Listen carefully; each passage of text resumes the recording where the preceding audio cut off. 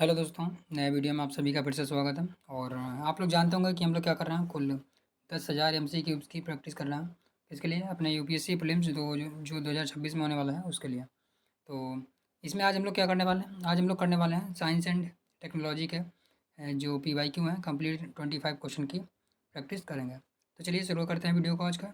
और आप लोगों ने अगर वीडियो को अभी तक लाइक नहीं किया है तो वीडियो को लाइक कर लीजिएगा और चैनल को सब्सक्राइब भी कर लीजिएगा। तो चलिए शुरू करते हैं आज के वीडियो को। और आप लोग क्या कीजिएगा, मतलब कि कोशिश कीजिए कि आंसर दीजिएगा दीजिएगा और वीडियो को लास्ट तक देखिएगा। तो चलिए शुरू करते हैं। पहला क्वेश्चन हमारा क्या था।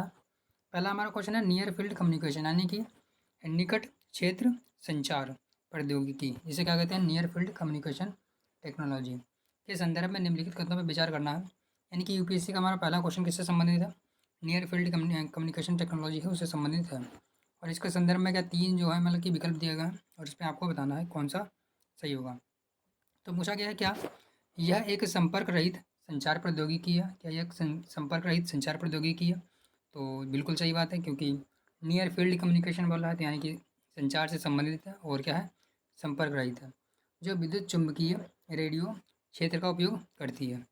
अगला बोला हमारे क्या, नियर नियर फील्ड कम्युनिकेशन उन युक्तियाँ या डिवाइसेस द्वारा उपयोग के लिए अभिकल्पित किया गया है जो एक दूसरे से 1 मीटर की दूरी पर स्थित होते हैं। यानी कि बोला क्या, नियर फील्ड कम्युनिकेशन टेक्नोलॉजी जो है क्या ऐसी युक्तियों में प्रयोग होती है जहाँ पर क्या 1 मीटर की दूरी होती है। अगला क्वेश्चन हमारा है, संवेदनशील सूचना भेजते समय नियर फील्ड कम्युनिकेशन टेक्नोलॉजी जो है क्या कोडीकरण यानी कि इनक्रिप्शन का उपयोग कर सकती है। जो नियर फील्ड कम्युनिकेशन टेक्नोलॉजी होती है क्या जो मतलब कि जो एक दूसरे में संचार करते समय क्या इसमें कोडिंग का यूज़ किया जा सकता है। तो आपको इसमें से बताना है कि एक दो तीन, एक तीन या एक दो तीन, यानी कि तीन के तीनों सही हैं। इसमें मैंने जैसा कि आपको पहले बताया कि नियर फील्ड कम्युनिकेशन होती है वो संचार रहित होती है, बिल्कुल सही बात है। और इसमें जो विद्युत चुम्बकीय तरंगें होती है उसका क्या रेडियो क्षेत्र का यूज़ किया जाता है। उसके बाद मैंने बताया क्या, जो नियर फील्ड कम्युनिकेशन होता है इसके लिए क्या है, जो यहाँ पे दिखा है जो दूरी दी यानी कि 1 मीटर, तो आप जानते होंगे 1 मीटर की दूरी काफ़ी ज़्यादा हो जाती है, पर नियर फील्ड कम्युनिकेशन होती है उसके लिए क्या मिनिमम मतलब कि कम दूरी के लिए यूज़ होता है। उसके बाद में क्या है, संवेदनशील सूचना को भेजते समय जी क्या कर सकते हैं, इनक्रिप्शन कर सकते हैं, यानी कि हमारा तीसरा भी सही है। इसका मतलब हमारा राइट आंसर क्या होगा, 1 और 3 हमारा राइट आंसर होगा और सेकंड वाला हमारा क्या हो जाता है, गलत हो जाता है। तो चलिए अगला क्वेश्चन को हम लोग सॉल्व कर लेते हैं। और अगला क्वेश्चन हमारा क्या था, और जैसे कि हमने बताया यहाँ पे क्या, हमारा मतलब 4 मीटर है, 4 मीटर नाव करके मतलब सॉरी 1 मीटर नाव करके क्या यहाँ पे 4 सेंटीमीटर की दूरी के लिए ये मतलब कि कारगर होता है। 4 सेंटीमीटर की अगर दूरी है वहाँ पे, जैसे कि मान लिया हम जब कोई कार्ड को अगर स्वीप करते हैं जैसे कि मशीन में, तो वहाँ पे क्या होता है, नियर फील्ड कम्युनिकेशन टेक्नोलॉजी का यूज़ होता है। और या फिर जैसे कि आप कोई भी पे करते हैं पेमेंट के लिए, उसमें भी क्या नियर फील्ड कम्युनिकेशन टेक्नोलॉजी का यूज़ होता है। तो चलिए अगले क्वेश्चन को हम लोग सॉल्व कर लेते हैं अभी। और अगला क्वेश्चन भी आप लोग क्या कीजिएगा, मतलब कि इसमें वीडियो को पॉज करके अपना आंसर देने की कोशिश कीजिएगा। और अगला क्वेश्चन हमारा किससे है, अगला क्वेश्चन हमारा है भारतीय दूर संवेदी उपग्रह यानी कि इंडियन रिमोट सेंसिंग सैटेलाइट, इससे संबंधित है। और यूपीएससी क्या करती है, मतलब कि उपग्रह से संबंधित मतलब कि हर दूसरे साल या फिर मतलब कि हर साल लगभग क्वेश्चन पूछ ही लेती है, घुमा फिरा करके कैसे भी पूछा। तो क्वेश्चन हमारा क्या है, इंडियन क्या बोला, भारतीय दूर संवेदी यानी कि इंडियन रिमोट सेंसिंग सैटेलाइट उपग्रह के संदर्भ में बताना है कि किसका इसका उपयोग कहाँ कहाँ किया जा सकता है। तो पहला हमारा जो विकल्प है क्या है, फसल की उपज के आकलन के लिए। क्या जो हमारा भारतीय दूरसंचार उपग्रह जो होते हैं इसका उपयोग क्या हम फसल के जो उपज है उसका आकलन करने के लिए हम कर सकते हैं। उसके बाद बोला क्या, भूमि जल स्थान निर्धारण यानी कि जो ग्राउंड वाटर होता है उसके स्थान का निर्धारण के लिए कि हम क्या IRS जो उपग्रह होते हैं उसका यूज़ कर सकते हैं।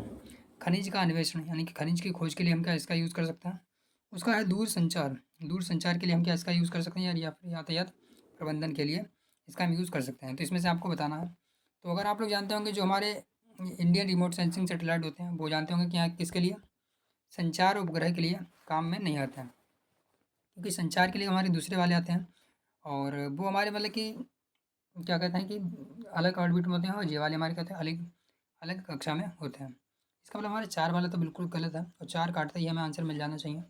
जैसे ही हमने चार काटा तो इसका मतलब क्या है, हमारे पास ये एक दो या फिर एक दो तीन होगा। अभी देख रहे हो खनिज की अन्वेषण, यानी कि खनिज की खोज हो या फिर पानी की खोज हो, तो लगभग एक ही बात हो जाती है। तो यानी कि हमारा तीसरा भी सही होगा। इसका राइट आंसर हमारा क्या होगा, यानी कि 1, 2, 3। इसका दूरसंचार में और यातायात के अध्ययन में नहीं किया जा सकता।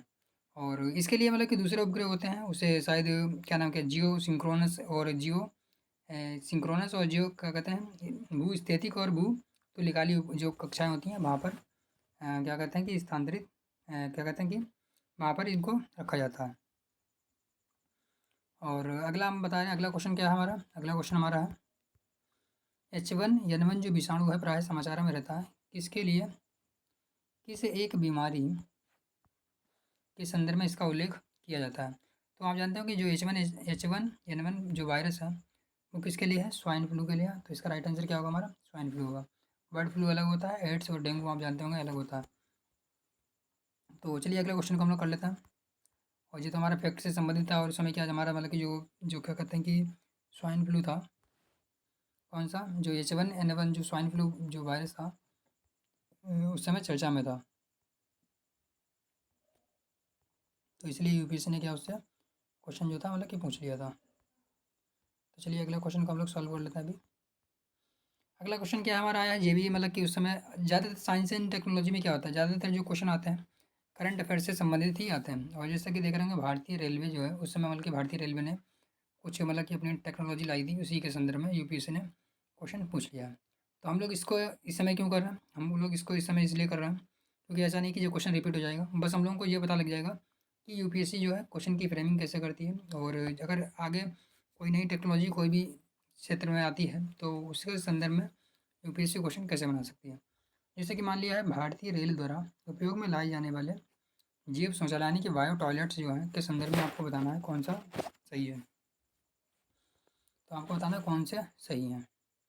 पहले क्या बोला है, जैव शौचालय में मानव अवशिष्ट का अपघटन फंगल इमेनुअल क्या है, इनकोमाल क्या लिखा है, इनाकुमल फंगल इनाकुमल द्वारा उपक्रमित यानी कि इनिशिएट होता है। इस अपघटन के अंत में उत्पाद केवल अमोनिया और जलवाष्प होते हैं, ये वायुमंडल में निर्मुक्त हो जाते हैं।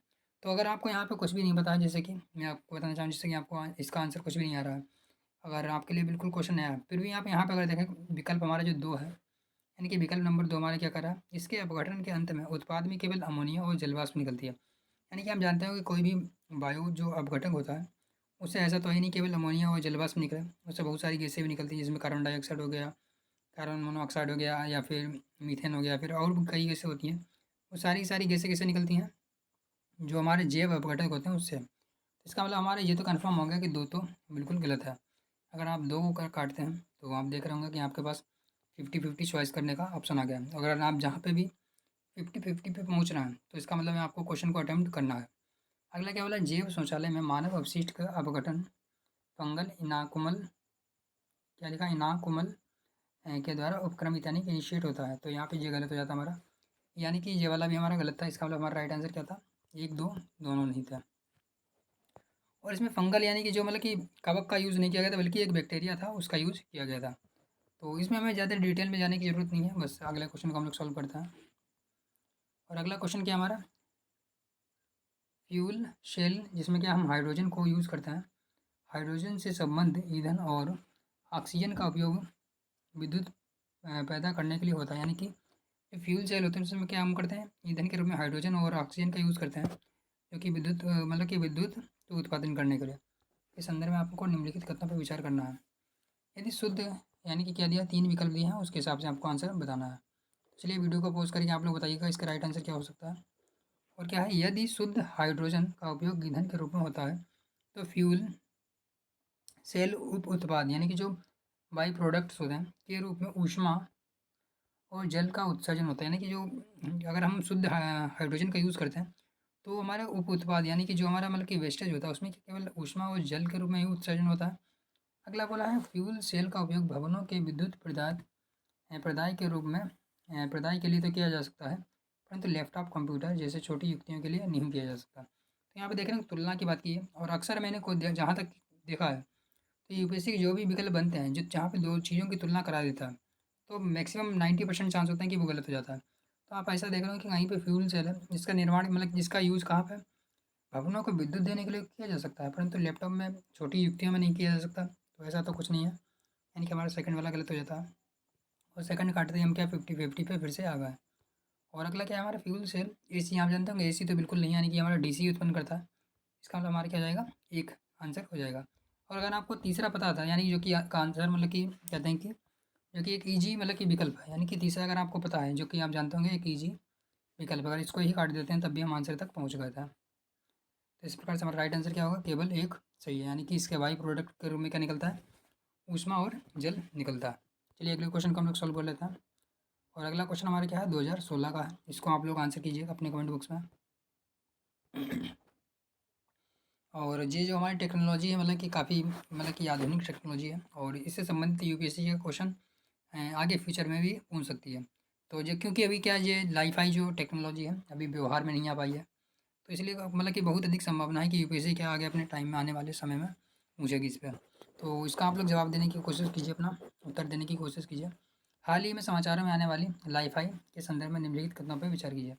तो लाईफाई की फुल फॉर्म होती है लाइट लाइट फेडिलेशन, जैसे कि मतलब कि वाईफाई होती है, उसी तरह से लाईफाई होता है, यानी कि लाई का मतलब है लाइट, और फाई का मतलब है मतलब कि क्या कहते हैं कि मतलब क्या कहते हैं फेडिलिटी, मतलब कि लाईफाई, इसी तरीके से इसका शॉर्ट फॉर्म नाम पड़ गया। और इसके संदर्भ में क्या बोला है, थोड़ा सा विकल्प दिया है, देखते हैं। यह उच्च गति यह उच्च गति डेटा संचार के लिए प्रकाश के माध्यम के रूप में प्रयुक्त करती है। जैसे कि मैंने पहले ही आपको बता दिया कि लाई का मतलब क्या है, लाइट है, तो इसलिए यानी कि एक तो हमारा बिल्कुल सही हो गया, आप देख के ही समझ पाऊंगा। और यह बेतार प्रौद्योगिकी है जो वाईफाई से कई गुना तीव्रतर है, तो बिल्कुल सही बात है, यानी कि जो हमारा एक बेतार प्रौद्योगिकी है, यानी कि सेम टू सेम वाईफाई की तरह ही है, बस क्या मतलब कि इसमें लाइट का यूज़ होता है, उसमें मतलब कि दूसरी तरंगों का यूज़ होता है। और तो इस प्रकार से हमारा क्या आ जाएगा, राइट आंसर दोनों सही हो जाएंगे। और यहाँ पे बोला कई गुना तीव्र होता है, तो बिल्कुल सही बात है, यानी कि जो हमारी लाइट की स्पीड होती है, आप जानते होंगे कि अन्य तरंगों से बहुत ही अधिक होती है, इसलिए क्या जी लगभग 10 गुना ज़्यादा तीव्र गति से डाटा का संचार कर सकती है। और चलिए अगले क्वेश्चन को हम लोग सॉल्व कर लेते हैं। अगला क्वेश्चन क्या हमारा, अगला क्वेश्चन हमारा फिर से आता है। और इससे क्या मतलब कि यूपीएससी तो इससे तो मतलब कि कंफर्म है, कभी ना कभी रिपीट करेगी ही क्वेश्चन, कि वायरस बैक्टीरिया और कवक और ये पादप से संबंधित है। इनकी मतलब कि जो कहते हैं कि गुण होते हैं, उनसे संबंधित जो भी होता है क्वेश्चन यूपीएससी रिपीट करती ही है। तो इसमें क्या बोला है, क्वेश्चन है निम्नलिखित में विचार करना है आपको, और आप चाहे देख लीजिएगा आगे आने वाले समय में, इससे आपको क्वेश्चन एक या दो कभी ना कभी रिपीट मिलने वाला है। तो क्या बोला इसमें क्वेश्चन में, बोला है विषाणु संक्रमित कर सकते हैं, तो आपको निम्नलिखित कथनों पर विचार करना। पूछा है कि विषाणु किसको किसको संक्रमित कर सकते हैं, क्या मतलब कि वायरस जो होते हैं जीवाणुओं को संक्रमित कर सकते हैं। आप जानते होंगे क्या क्या होता है, वायरस बैक्टीरिया कवक फंगई और क्या कहते हैं कि पादप हो जाते हैं। तो वायरस क्या बोल रहा है, वायरस जो होते हैं क्या जीवाणु को मतलब कि जो बैक्टीरिया होता है उसको संक्रमित यानी कि उसको बीमार कर सकते हैं क्या, तो बिल्कुल सही बात है, यानी कि जो हमारे वायरस होते हैं वो किसको कर सकते हैं, बैक्टीरिया को भी बीमार कर सकते हैं। अगला हमारा क्या है, कवक, तो यानी कि कवक को भी मतलब कि क्या संक्रमित कर सकते हैं, और पादप को भी संक्रमित कर सकते हैं। तो इस प्रकार से हमारा राइट आंसर क्या हो जाएगा, 1 2 3 तीन के तीनों हो जाएगा। और आप लोग जानते भी होंगे कि हमारी जो गंगा नदी है उसमें एक वायरस ही पाया जाता है, क्या नाम उसका है, बैक्टीरियोफेज नामक एक वायरस है। वो क्या करता है, हमारे गंगा को क्लीन करता है। तो वो किससे क्लीन कर देता है, आप जानते हो कि कितना भी मतलब कि अपघटा हुआ है उसको क्लीन करके गंगा को स्वच्छ करने में महत्वपूर्ण भूमिका निभाता है। तो इससे भी आप अंदाज़ा लगा सकते थे कि जो हमारा वायरस होता है वो क्या कर सकता है, जीवाणु को, कवकों को और पादपों को भी संक्रमित कर सकता है। जो मैंने क्या मतलब कि उसको एक आपको समझाने के लिए यूज़ कर लिया है, कि मतलब कि आप इससे अनुमान लगा सकते थे कि जो वायरस होता है वो अन्य अपने से बड़े वाले जो जीव हैं उनको सभी को संक्रमित कर सकता है। और एक बात तो आप जानते होंगे कि जो वायरस होता है, मतलब कि जो वायरस होता है उसमें मतलब कि जो जेनेटिक मटेरियल होता है, मतलब कि डीएनए भी हो सकता है, डीएनए भी हो सकता है और आरएनए भी हो सकता है। तो ये तो नॉर्मल चीज़ है, और इससे भी यूपीएससी ने क्वेश्चन एक बार तो एक या दो बार पूछा है, तो ये चीज़ भी आप लोग ध्यान रखिएगा। और चलिए अगला क्वेश्चन को हम लोग सॉल्व कर लेते हैं। अगला क्वेश्चन हमारा क्या है, आईएनएस अस्तरणी, यानी कि एक आईएनएस अस्तरणी उस समय समाचारों में रहा था, तो इसके संदर्भ में आपको बताना है। एक मिनट में इसको थोड़ा सा संभाल लेता हूँ, क्योंकि थोड़ा सा डिस्टर्ब हो गया है। तो चलिए आगे शुरू कर लेते हैं हम लोग अभी। और आगे क्या हमारा क्वेश्चन बोल रहा है, आगे बोला हमने बोला कि आईएनएस अस्त्रणी जो है किस संदर्भ में हाल ही में समाचारों में उल्लेख में रहा था, इसके संदर्भ में कौन सा सही है। तो आप जानते होंगे कि ज़्यादातर हमने जैसे कि पहले बताया कि जो भी मतलब कि हमारा करंट अफेयर्स होता है उसी से संबंधित यूपीएससी हमारा साइंस एंड टेक्नोलॉजी में पूछती है।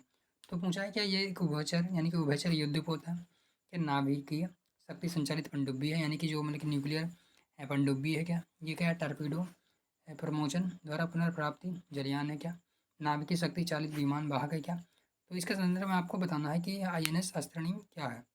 यहाँ पे मैं आपको एक मतलब कि चीट कोड देना चाह रहा हूँ या फिर एक कहते हैं कि शॉर्ट ट्रिक भी देना चाह रहा हूँ। वैसे मतलब कि ये 50-50 मतलब कि काम कर जाती है। वैसे मतलब कि इसको मैं दावा नहीं कर रहा हूँ कि ऐसा ही सही होता।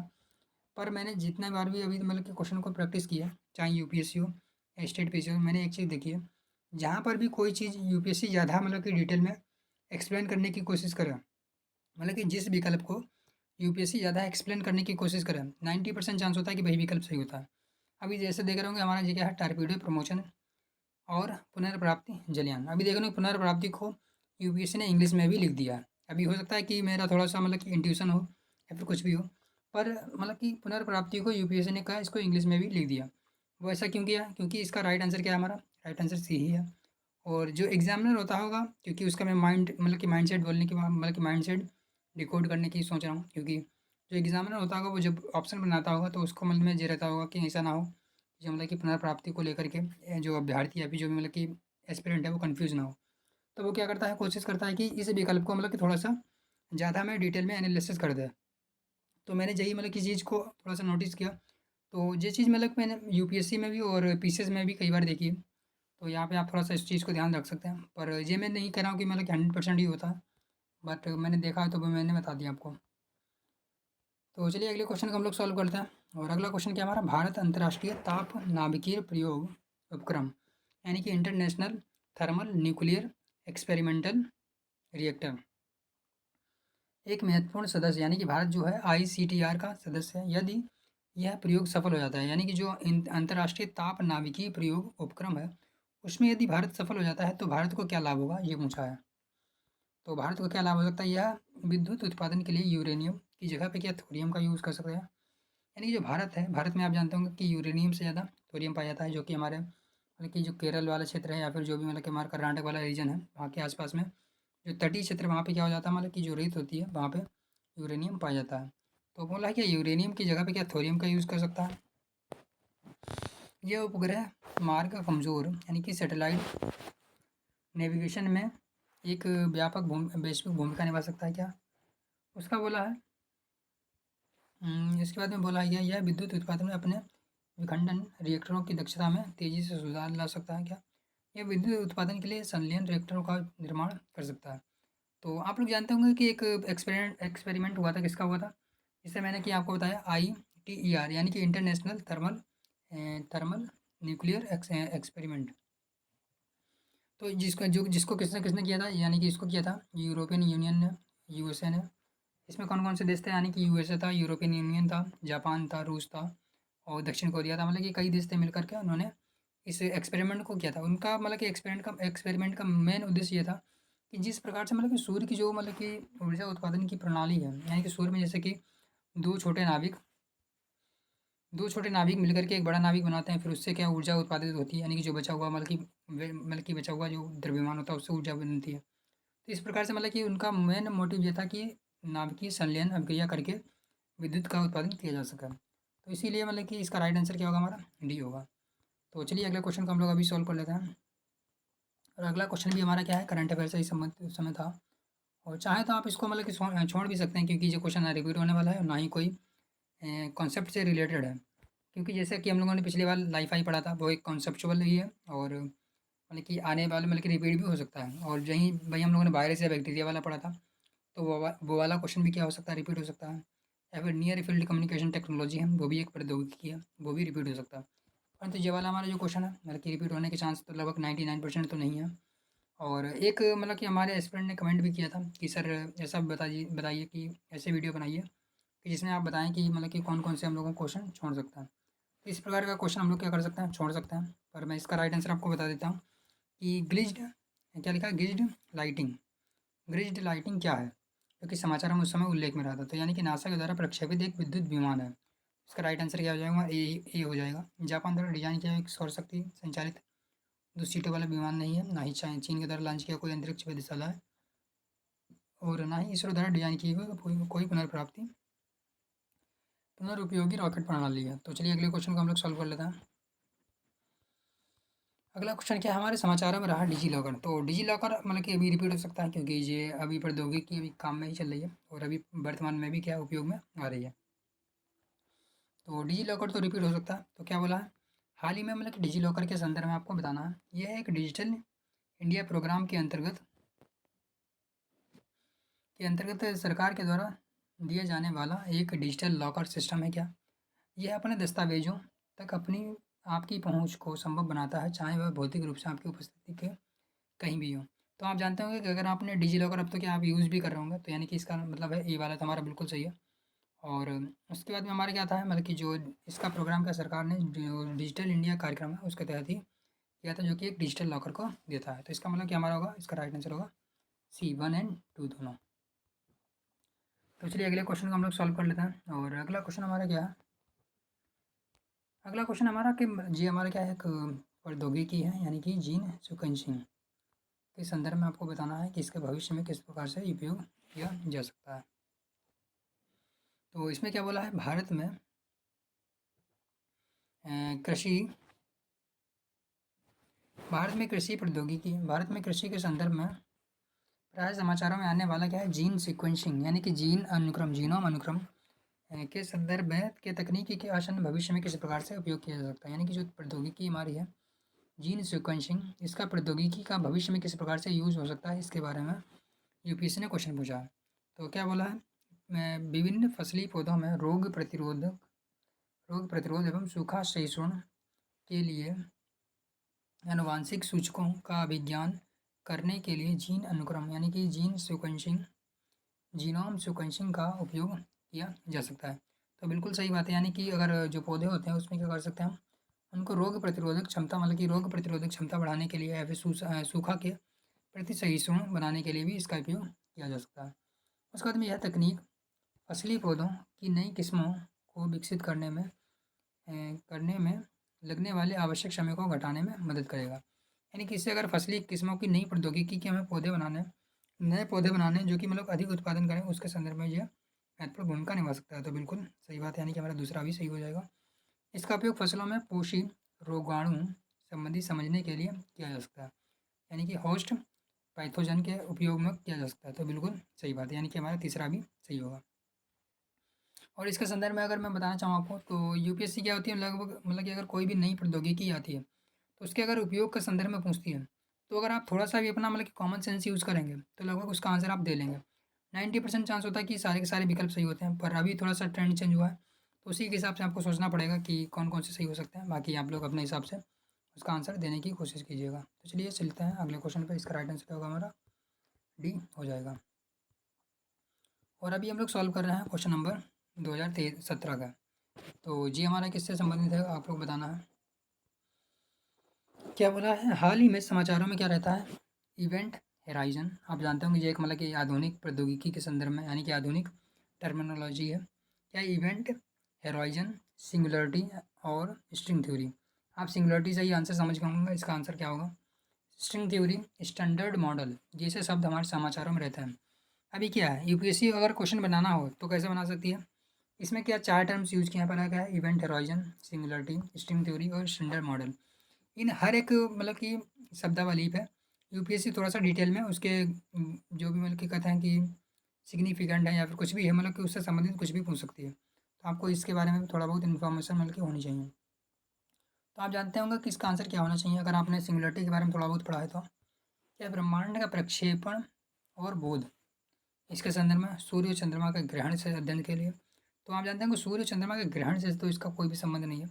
पृथ्वी की कक्षा का पूरा स्थापना से भी इसका कोई संबंध नहीं है।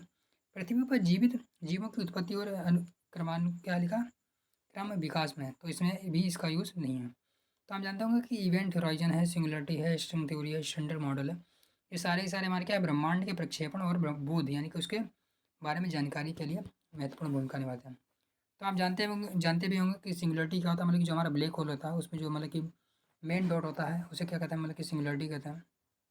और इवेंट होराइजन मतलब कि एक ऐसा रीजन होता है, जैसे अगर मैं आपको थोड़ा सा डिटेल में बताना चाहूँ तो इवेंट होराइजन जो कि यूज़ किया टर्मिनोलॉजी, तो इवेंट होराइजन एक ऐसा क्षेत्र होता है यानी कि जो हमारा ब्लैक होल होता है उसका एक गुरुत्वाकर्षण क्षेत्र होता है। तो गुरुत्वाकर्षण क्षेत्र के पास अगर कोई भी वस्तु आ जाती है तो एक ऐसा क्षेत्र उसकी बाद में वे वस्तु वापस नहीं जा सकती, वो केवल क्या होगी, ब्लैक होल में ही मिल जाएगी।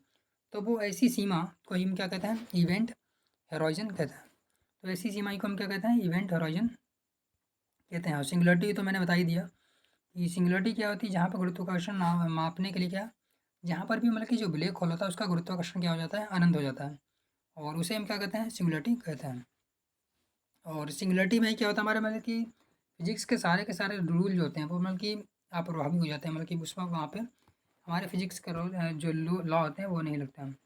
और स्टैंडर्ड मॉडल क्या होता है, मतलब कि क्वांटम जो प्रौद्योगिकी होता है उसमें कण के जो मतलब कि कण और उपकण होते हैं उसके अध्ययन के लिए हमारा क्या होता है, स्ट्रिंग थ्योरी का, मतलब कि जो स्ट्रिंग थ्योरी होती है उसका यूज़ किया जाता है। और आगे चलिए बता देते हैं आपको क्या होता है। जैसे कि मान लिया मैंने बताया कि स्ट्रिंग थ्योरी हमारी कहाँ पे है, जी हाँ। तो स्ट्रिंग थ्योरी में मैंने क्या बताया, जैसे कि हमारी जो मतलब कि क्वांटम प्रौद्योगिकी यानी कि क्वांटम फिजिक्स होती है वहाँ पे इसका यूज़ किया जाता है।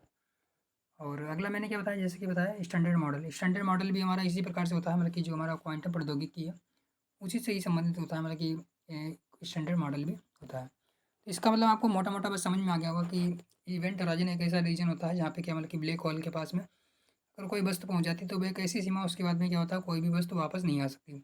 और सिंगुलरिटी कहाँ पे होती है, जहाँ पे मतलब कि ब्लैक होल का वह क्षेत्र, जहाँ पे मतलब कि जो गुरुत्वाकर्षण होता है वहाँ पे क्या होता है, इनफाइनाइट हो जाता है। इसी प्रकार से स्ट्रिंग थ्योरी हमारी क्या है, और या फिर स्टैंडर्ड मॉडल क्या है हमारा, क्वांटम प्रौद्योगिकी से संबंधित है, उप परमाणु और उप परमाणु के अध्ययन के संदर्भ में।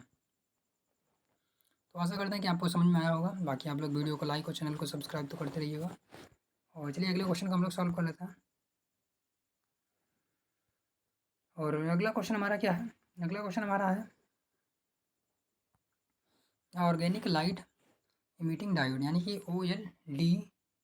OLED कार्बनिक प्रकाश उत्सर्जक डायोड, उत्सर्जी डायोड का उपयोग बहुत सारे संसाधनों में अंकीय प्रदर्श डिजिटल डिस्प्ले के रूप में उपयोग होता है। और ध्रुव क्रिस्टल प्रकाश का ध्रुव क्रिस्टल प्रकाश प्रदर्शनों की तुलना में OLDC प्रदर्श किस प्रकार से लाभकारी, यानी कि बोला है जो हमारा मतलब कि OLD यानी कि ऑर्गेनिक लाइट एमिटिंग डायोड है वो अन्य डिजिटल डिस्प्ले की तुलना में क्यों महत्वपूर्ण है, इसके बारे में पूछा है। वैसे तो आपको देख के लग सकता है कि यूपीएससी क्या मतलब कि थोड़ा सा ये टेक्नोलॉजी जो है मतलब कि पुरानी हो चुकी है, तो इसके संदर्भ में नहीं पूछेगी। पर आपने देखा होगा कि 2024 में या फिर 23 में ही यूपीएससी ने दोबारा से रिपीट कर लिया था कि मतलब कि एलईडी और जो हमारा मतलब कि सोडियम लाइट होती है उसके संदर्भ में पूछ लिया था। तो ऐसा नहीं कर सकता कि इससे संबंधित दोबारा नहीं पूछेगी। तो एक बार फिर से देख लेते हैं क्या हमारा, और वो क्या लिखा, OLED प्रदर्शन नम्य प्लास्टिक अवस्तरों पर संविचरित किया जा सकते हैं। तो थोड़ी सी हिंदी इसकी टफ है, यानी कि सही है ये भी हमारा।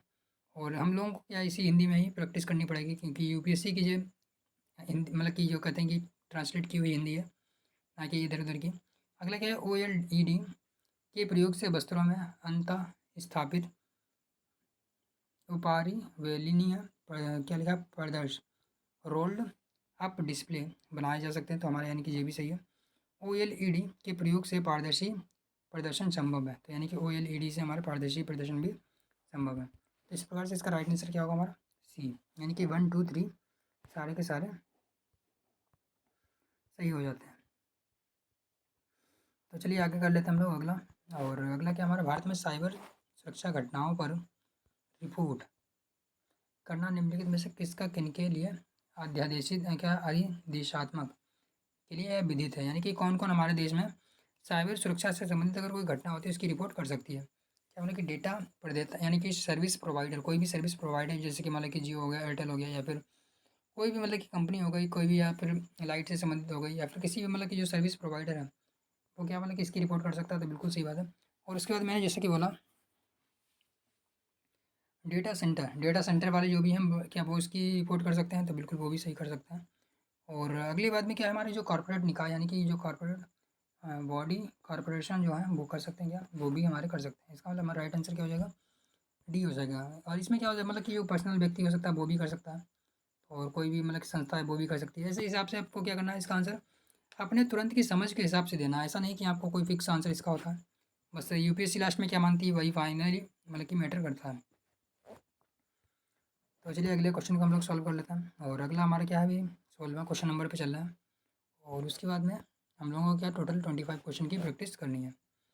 तो आप लोग क्या कीजिए, वीडियो को लास्ट तक देखिएगा। अगला क्या हमारा काय की है, क्या हमारा सेमेटिक सेल न्यूक्लियर ट्रांसफ़र प्रौद्योगिकी, somatic cell nuclear transfer technology, काय की कोशिका न्यूक्लियर अंतरण प्रौद्योगिकी के संदर्भ में कौन सा अनुप्रयोग है, यानी कि ये किसके अनुप्रयोग में आती है। तो आपने सुना होगा कि जो हमारा की somatic cell nuclear transfer technology होती है, जिसे हम शॉर्ट में क्या कहते हैं CSCNT।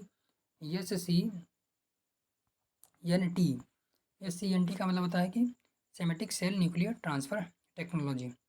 इसमें क्या होता है, मतलब कि कुल मिला के एक ऐसा होता है कि मान लो कि कोई जो मादा है, मादा के मतलब क्या होता है, जो अंडाणु होता है, या फिर मतलब कि कोई भी नॉर्मल कोशिका होती है, उसमें क्या होता है, कोशिका होती है उसका केंद्रक होता है। केंद्रक को जब हटा देते हैं उसमें एक नया केंद्रक जोड़ देते हैं। इसे हम कहते हैं क्या, मतलब कि कहते हैं कि somatic cell nuclear transfer technology. और इसका मुख्य रूप से किसके लिए यूज़ होता है, जो मतलब कि जो जीव जंतु होते हैं उसका क्या क्लोनिंग के लिए यूज होता है। तो क्या हो गया, हमारे जंतुओं की जननी क्लोनिंग के लिए इसका उपयोग होता है। तो इसका राइट आंसर क्या हो जाएगा, हमारा सी हो जाएगा। अगर आपको आता है तो आप तुरंत ही इसका आंसर बता पाएंगे। रोग मुक्त जीवों का उत्पादन तो गलत है। इसके लिए हम किसका यूज़ करते हैं, इसका यूज़ कर सकते हैं, इसके लिए हम जेनेटिक इंजीनियरिंग का यूज़ कर सकते हैं। जैव निम्नीकरण प्लास्टिक निर्माण के लिए, तो आप जानते होंगे जैव निम्नीकरण प्लास्टिक के निर्माण में ऐसा कुछ नहीं है। और जैव डिम्बनाशी उत्पाद के लिए, तो जे भी हमारा गलत है। तो इस प्रकार से इसका राइट आंसर क्या हो गया, हमारा सी हो गया। तो आप लोग क्या करिए, आगे चलिए, अगले क्वेश्चन को आप लोग आंसर दीजिएगा। और अगला हमारा क्वेश्चन किससे संबंधित है, अगला क्वेश्चन हमारा क्या है, जो भी हमारा मतलब फिजिक्स में कुछ कोई प्रौद्योगिकी आती है उससे संबंधित है। और चलिए अभी देख लेते हैं, 1 मिनट रुक जाइए।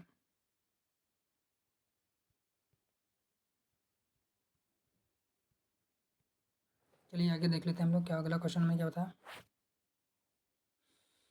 विकसित लेजर व्यतिकरण मापी, विकसित लेजर व्यतिकरण मापी अंतरिक्ष एंटीना, यानी कि ई लिशा, इसका फुल फॉर्म होगी evolve laser interferometer space antenna परियोजना का क्या प्रयोजन है। क्या न्यूट्रॉन का संसूचन करना है, गुरुत्वाकर्षण तरंगों के संसूचन करना है, प्रक्षेपास्त्र रक्षा प्रौद्योगिकी के प्रभावकारिता का संसूचन करना है, या हमारी संचार प्रणाली पर सौर प्रज्वला के प्रभावों का अध्ययन करना। तो अगर आपने ई लिशा यानी कि ये तो हमारा उस समय की आई कोई टेक्नोलॉजी थी, उस समय की पूछा गया था। तो वैसे आप इसको अभी छोड़ नहीं सकते हैं, परंतु इसका राइट आंसर क्या होगा, हमारा सी यानी कि बी, गुरुत्वाकर्षण तरंगों का संसूचन करना। परंतु यूपीएससी क्या भी गुरुत्वाकर्षण तरंगों से संबंधित क्वेश्चन पूछ सकती है, तो आपको इसके बारे में थोड़ी सी इन्फॉर्मेशन होनी चाहिए। और गुरुत्वाकर्षण तरंगों मतलब कि एक तरीके से अगर मैं आपको बताना चाहूँ, तो जो हमारा गुरुत्वाकर्षण तरंगें होती हैं वो एक तरीके से मतलब कि जो हमारे मतलब कि जो अंतरिक्ष में कब बनती हैं, जब कोई बड़ा मतलब कि कोई बड़े जैसे जो कहते हैं कि विशाल 2 तारे हों आपस में मिल जाएँ, यानी कि आपस में कोई बड़ा विध्वंसकारी विस्फोट करें, तब हमारी गुरुत्वाकर्षण तरंगें बनती हैं। या फिर कोई 2 ब्लैक होल हैं, यानी कोई 2 ब्लैक होल हैं वो आपस में मिलते हैं, तब भी हमारी क्या गुरुत्वाकर्षण तरंगें बनती हैं। तो इस प्रकार से इसका मतलब कि क्या होता है, मतलब कि जो गुरुत्वाकर्षण तरंगें हैं उसके संसूचन के लिए इसका यूज़ किया गया था। और चलिए अगला क्वेश्चन को हम लोग सॉल्व कर लेते हैं अभी। अगला क्वेश्चन हमारा क्या है, 2018 से संबंधित है। और इसमें क्या पूछा गया है, इसमें पूछा गया है डिजिटल इंडिया मिशन। देख रहे होंगे क्वेश्चन को, मैंने जैसे कि पहले बताया था आपको, ये क्वेश्चन को यूपीएससी ने क्या किया है, रिपीट किया। इससे पहले क्या डिजी लॉकर के बारे में पूछा था, इस बार क्या पूछ लिया, डिजिटल इंडिया मिशन के बारे में पूछ लिया। इसमें पूछा कि उपयुक्त में से कौन सा उद्देश्य जो है डिजिटल इंडिया मिशन क्या है। भारत की अपनी इंटरनेट कंपनी का गठन करना, जिससे चीन को जैसा कि चीन ने किया। तो आप जानते होंगे कि वैसे तो इसका आंसर क्या है मैं बता दूंगा आपको लास्ट में, परंतु कभी भी यूपीएससी का किसी प्रकार से कभी विकल्प नहीं मतलब कि राइट हो सकता है कि भारत ने चीन को पिछाड़ने के लिए ऐसा किया है, या चीन को मतलब कि तुलना में इतना है जो है। तो यानी कि इसका हमारा राइट आंसर क्या होगा, एक तो नहीं हो सकता। यानी कि भारत ने ऐसा कोई भी लक्ष्य नहीं रखा कि डिजिटल इंडिया मिशन के तहत भारत कोई कंपनी गठित करेगा और जो चीन को पिछाड़ दे, या फिर चीन की तुलना में, या फिर चीन की तरह और क्योंकि भारत का जो डिजिटल इंडिया मिशन है वो भारत का अपना खुद का है, ना कि चीन से संबंधित कुछ है।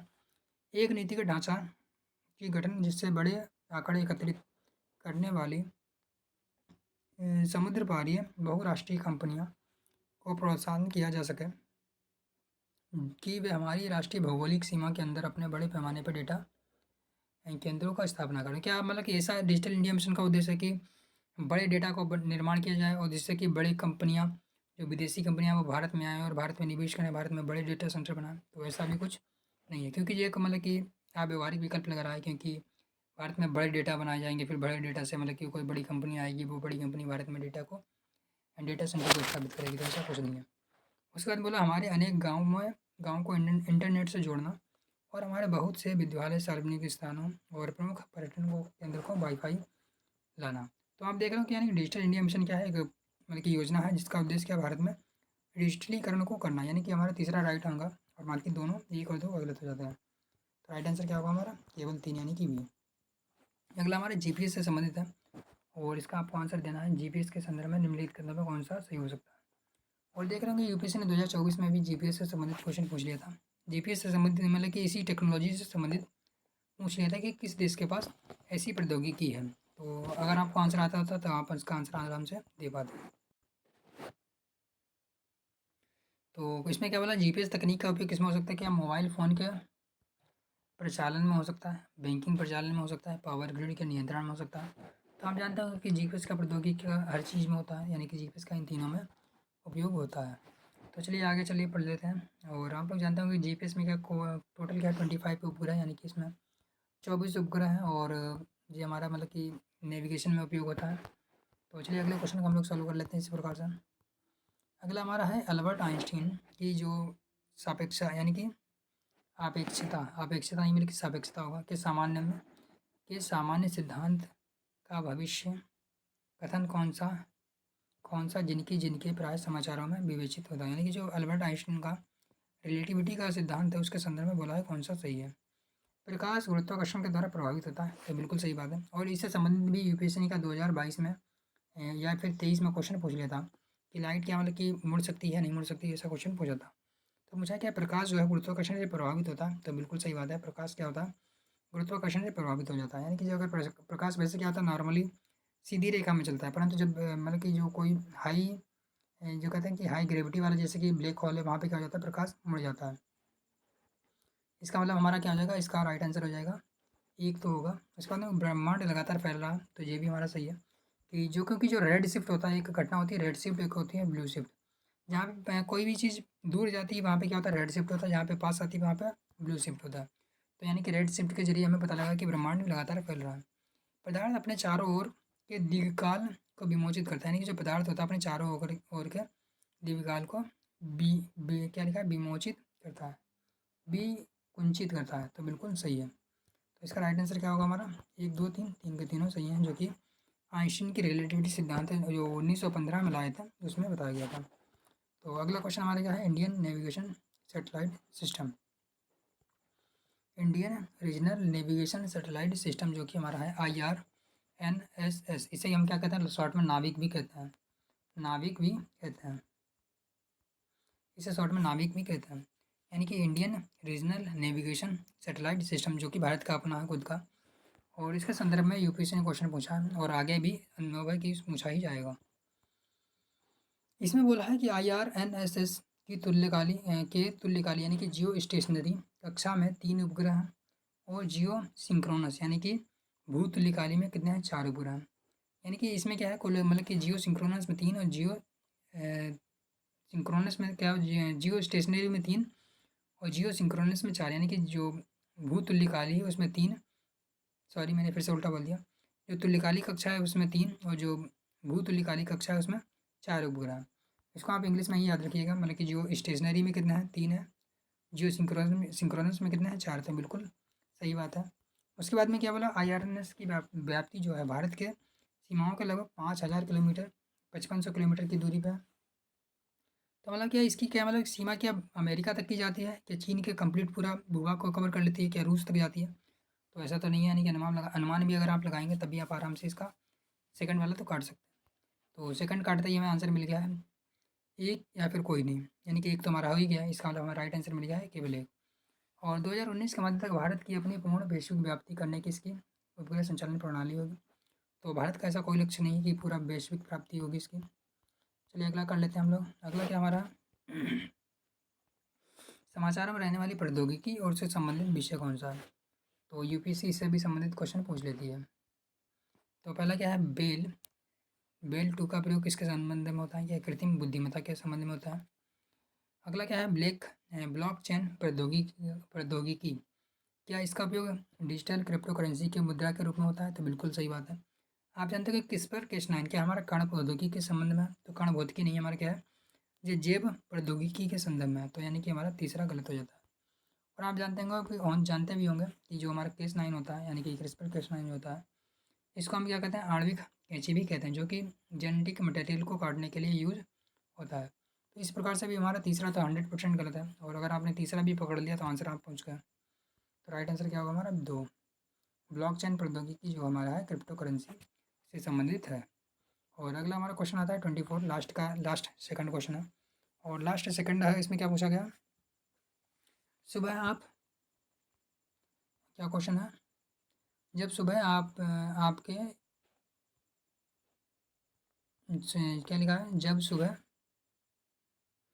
आपके स्मार्टफोन का अलार्म बजता है तो आप उठ जाते हैं और अलार्म बंद करने के लिए उसे थपकी देते हैं, जिससे आपका गीजर स्वतः ही चल पड़ता है।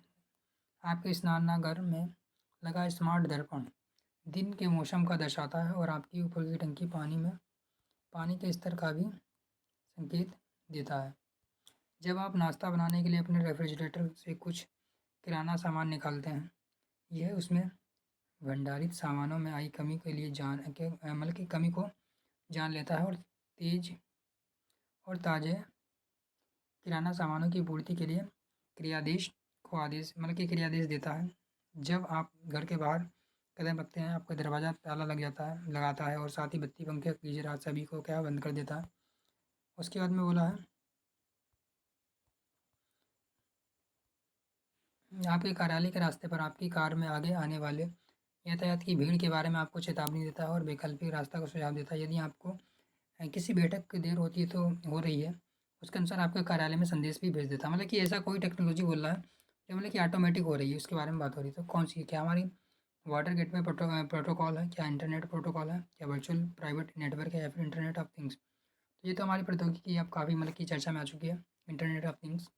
और यूपीएससी ने जब इसके बारे में पूछा था तो काफ़ी कम चर्चा में थी। तो आप जानते होंगे ये किसके बारे में पूछा है, जो मतलब कि बताया गया है इंटरनेट ऑफ थिंग्स है, जो क्या करती है, हमारे जितने भी मतलब कि डिजिटल जो उपकरण होते हैं उसको आपस में इंटरकनेक्टेड कर देती है।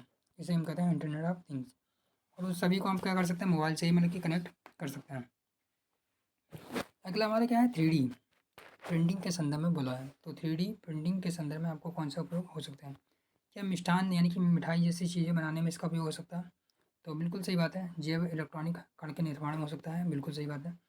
ऑटोमेटिव उद्योग में भी इसका 3D प्रिंटिंग का हो सकता है। और पुनर्निर्माणकारी शल्य कार्यक्रमों में भी हो सकता है। डेटा संसाधन प्रौद्योगिकी के मतलब कि निर्माण में भी इसका उपयोग हो सकता है। इनका राइट आंसर क्या होगा हमारा, 1 2 3 4 5, 5 के पाँचों सही है। और आप लोग जानते होंगे कि मतलब कि 3D प्रिंटिंग इसका उपयोग हाल ही में किसके लिए यूज़ हुआ था? एक हमारा जो मतलब कि क्या कहते हैं कि जो डाकघर है, डाकघर के निर्माण के लिए भी 3D प्रिंटिंग का यूज़ हुआ था, कि मतलब कि बहुत ही जल्दी उसने पूरा डाकघर बना दिया था। तो ये एक मतलब कि प्रौद्योगिकी होती है जिसमें क्या होना कि एडिटिव मैन्युफैक्चरिंग का यूज़ होता है। और सीधे-सीधे मतलब कि आप इसमें इंस्ट्रक्शन दे देते हैं और सारा मटेरियल डाल देते हैं, और क्या कर देता है, मशीन जो होती है मतलब कि आपको जो भी इंस्ट्रक्शन देंगे या फिर जो भी आप फ़ोटो बनाने के फ़ोटो की तरह मतलब कि जैसे कि कुल मिला के जैसे कि मतलब कि फ़ोटोकॉपी तुरंत फ़ोटो बना देती है। फ़ोटोकॉपी मशीन जैसे फ़ोटो तुरंत बना देती है सेम टू सेम, उसी प्रकार से मतलब कि 3D मतलब कि जो प्रोडक्ट को बनाने के लिए 3D प्रिंटिंग का यूज़ किया जा सकता है। तो आज का हमारा ये लास्ट क्वेश्चन रहेगा, भारत के उपग्रह प्रमोजित करने वाले वाहनों के संदर्भ में निम्नलिखित कथनों पर विचार करना है। यानी कि जो हमारे भी रॉकेट होते हैं, कुल मिलाकर रॉकेट जो होते हैं उपग्रह को पहुंचाते हैं, उसके संदर्भ में बोला है। तो PSLV और GSLV हमारे मुख्य रूप से कितने हैं, हमारे मुख्य रूप से क्या है, मतलब कि एक है SLV, फिर ASLV, फिर PSLV, फिर GSLV। उसके बाद में अभी चर्चा हो रही है RSLV, तो जो जिसे कहते हैं कि रीयूजेबल रॉकेट लॉन्चर। तो मुख्य रूप से इसमें किसके किसके बारे में बात हुई थी, इसमें PSLV और GSLV के बारे में बात हो रही है। तो PSLV से उपग्रह प्रमोशन किए जाते हैं, PSLV से उपग्रह प्रमोचित किए जाते हैं जो पृथ्वी के संसाधनों के मॉनिटर में उपयोगी होते हैं। जैसे कि हम लोगों ने पहले भी पढ़ा था कि IRS यानी कि इंडियन रिमोट सेंसिंग सैटेलाइट, वो किसके संबंध में होते हैं, वो हमारे PSLV के द्वारा प्रमोचित किए जाते हैं। जबकि GSLV जो कि हमारे संचार उपग्रह होते हैं, यानी कि जिसको हमने काट दिया था, अभी हम लोगों ने अगर क्वेश्चन आपने सॉल्व किया होगा तो आपने देखा होगा कि हमने संचार वाले को काट दिया था। तो संचार वाले का हम लोग उपयोग किसके लिए करते हैं, तो यानी कि GSLV जो उपग्रह होते हैं, GSLV जो रॉकेट होता है उसका उपयोग हम किसके लिए करते हैं, जो हमारे संचार उपग्रह होते हैं उसको प्रमोचित करने के लिए करते हैं। तो इसका राइट आंसर क्या होगा हमारा, एक तो बिल्कुल सही है। उसके बाद बोला है PSLV के द्वारा प्रमोचित उपग्रह आकाश में एक ही स्थान पर स्थायी रूप से स्थिर रहता है। तो आप लोगों को पता होगा अगर कोई उपग्रह है जो अगर आकाश में एक ही जगह पर स्थायी रूप से स्थिर है तो क्या होगा, वो मतलब कि संचार में उपयोग तो क्या कहते हैं कि मतलब कि खोज में तो उपयोग में नहीं ला सकता, संचार के लिए ऐसा उपयोग किया जा सकता है। तो इसका मतलब कि हमारा PSLV जो होता है इसका प्रमोशन उपग्रह में एक ही स्थान के लिए नहीं बल्कि पूरे पृथ्वी पे चक्कर लगाने के लिए होता है। तो हमारा दूसरा तो गलत हो जाता है। और अगली बार बोला है GSLV मार्क 3 एक 4 स्टेज वाला प्रमोशन वाहन है। आप सही आपको समझ में आ गया हो कि जो GSLV हमारा होता है वो क्या था, 3 स्टेज वाला होता है, 4 स्टेज वाला नहीं होता। 4 स्टेज वाला हमारा क्या होता है, जो ASLV होता है वो हो जाता है। वैसे तो SLV होता है हमारा 3 स्टेज का होता है, उसमें एक बूस्टर लगा देते हैं तो वो 4 स्टेज का बन जाता है। तो पर GSLV हमारा क्या होता है, वो केवल 3 स्टेज का ही होता है। इसका मतलब हमारा तीसरा भी गलत हो जाता है। तो इसका राइट आंसर क्या होगा हमारा, केवल एक सही है। अगर मैं आपको यहाँ पे थोड़ा सा बताना चाहूँ तो छोटा सा मैं बताना चाहता हूँ, जैसे कि हमारा जो हो गया हमारा ASLV नॉर्मली क्या होता है, मतलब कि ठोस ईंधन होता है उसमें। उसके बाद में होता है हमारा ASLV, उसमें एक बूस्टर लगा देते हैं, वो 4 स्टेज का बन जाता है। परंतु जो हमारा PSLV होता है, PSLV इसमें मुख्य रूप से 4 स्टेज होते हैं, 1 2 3 4। पहला हमारा ठोस होता है, दूसरा द्रव होता है, फिर से ठोस होता है, तीसरा द्रव होता है, मतलब कि चौथा द्रव होता है। इस प्रकार से इसमें क्या होता है, PSLV होता है। और वहीं जो हमारा GSLV होता है, GSLV में क्या होता है, मुख्य रूप से 3 स्टेज होता है। पहले स्टेज में हमारा क्या होता है, मतलब कि ठोस ईंधन होता है, दूसरे में द्रव होता है, तीसरे में क्या होता है हमारा क्रायोजेनिक इंजन होता है। और वर्तमान में क्रायोजेनिक इंजन कौन सा, हमारा विकास इंजन जो है हमारा क्या है, क्रायोजेनिक इंजन है। और द्रव नाइट्रोजन मतलब कि द्रव के रूप में इसका यूज़ होता है शायद, मैं अभी भूल रहा हूँ, एक मटेरियल होता है, तो उसको आप लोग क्या कर लीजिए, बाद में गूगल कर लीजिएगा, मैं अभी थोड़ा सा भूल गया हूँ। बाकी इसलिए बाकी हम लोगों ने क्या टोटल आज के 25 क्वेश्चन था उसको प्रैक्टिस कर लिया। तो चलिए मिलते हैं बाकी नेक्स्ट वीडियो में। बाकी आप लोगों ने अगर वीडियो यहाँ तक देख लिया तो बहुत बहुत धन्यवाद। तो चलिए बाकी वीडियो को लाइक और चैनल को सब्सक्राइब भी कर लीजिएगा।